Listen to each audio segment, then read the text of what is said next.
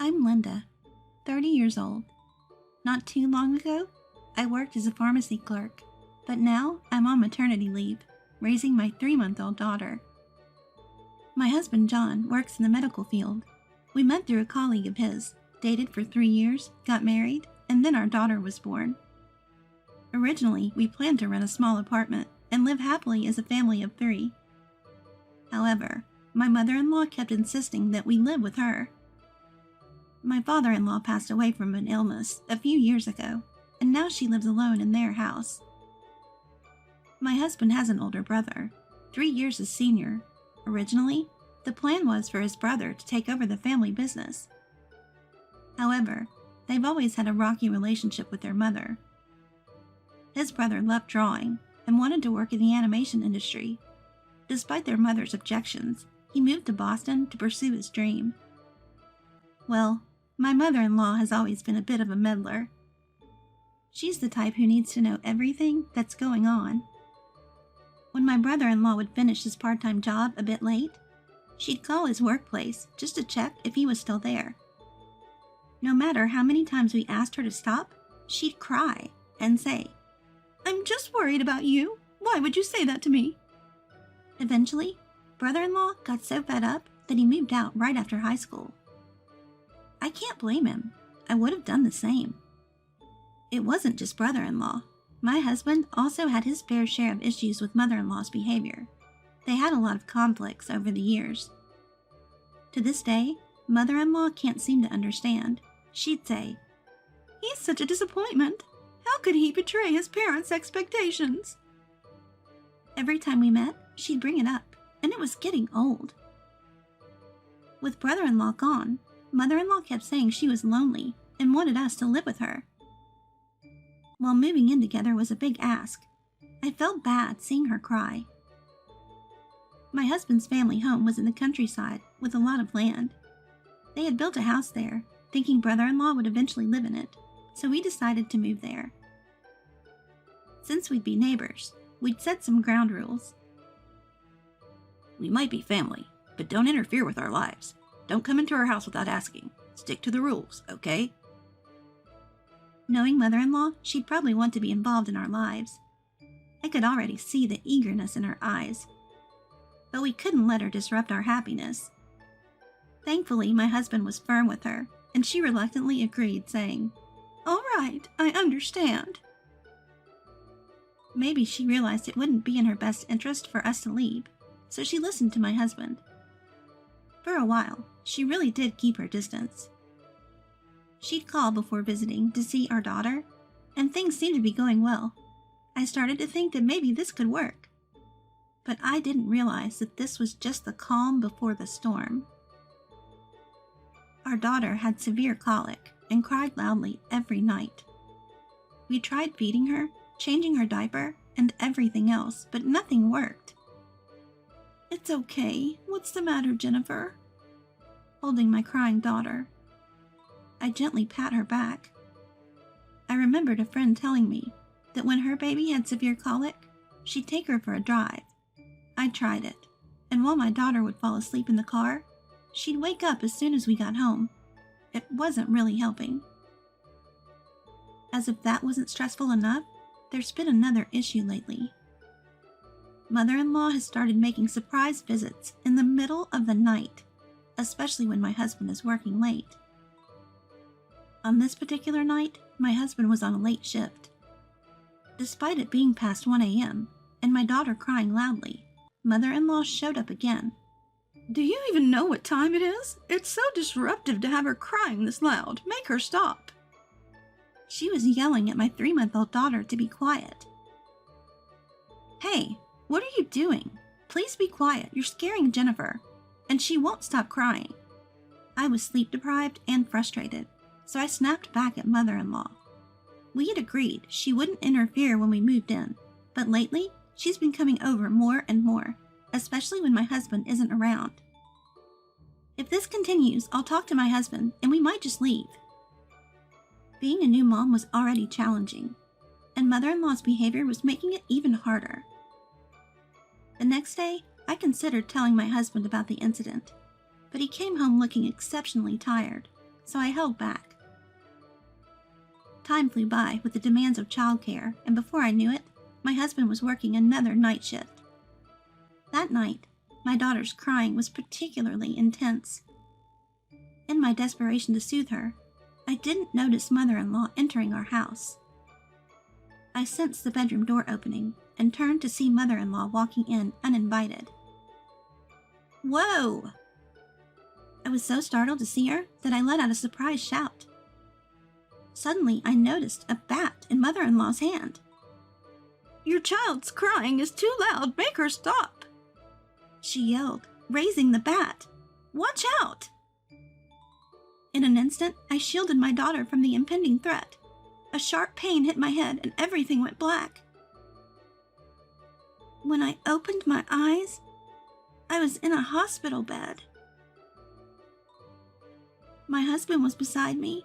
Holding my throbbing head, I anxiously asked, "Where's Jennifer? Is she okay?"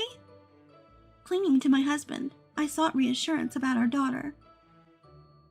"Calm down, Linda. Jennifer is fine. A pediatrician is checking on her right now." Hearing that she was safe, tears streamed down my face. But my relief was short-lived when I heard the next piece of information. Apparently, mother-in-law had called the ambulance, and her story was outrageous. She claimed she heard a loud noise in the middle of the night, and upon checking our house, she found me lying in a pool of blood. She suggested we might have been attacked by a burglar. Moreover, she had taken photos of the scene and sent them to my husband, who was at work, via WhatsApp. The audacity of her actions sent chills down my spine. What is she talking about? She is the one who hit me, right? Why is she fabricating this burglar story? I can't forgive her. At that moment, I revealed everything about mother-in-law's behavior to my husband. I should have told him sooner. What if something had happened to our daughter? The mere thought drained the color from my face. After hearing everything, my husband was shaking with rage. Despite our agreement to keep boundaries, not only did she break her promise, but she also entered our home uninvited in the middle of the night and tried to assault me because of our daughter's crying. My husband immediately went home to check our security camera footage. I had previously told him about mother-in-law's verbal abuse. Since there was no evidence, and he didn't want to take sides, we had installed a surveillance camera to gather proof. I was planning to check the camera footage and warn my mother-in-law after confirming that she was using abusive language.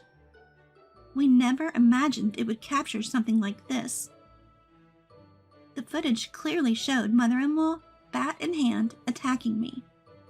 The camera caught her ignoring my crying daughter, ransacking the room to make it look like a burglary, and even casually taking photos as evidence. Afterwards, it recorded her shaky voice calling the ambulance. Her acting was so convincing that even my husband was taken aback. Of course, we couldn't let this slide just because she's family. My husband handed the footage over to the police. After reviewing it, officers went to mother-in-law's place and took her to the station for questioning. She clearly hadn't expected a camera in the room.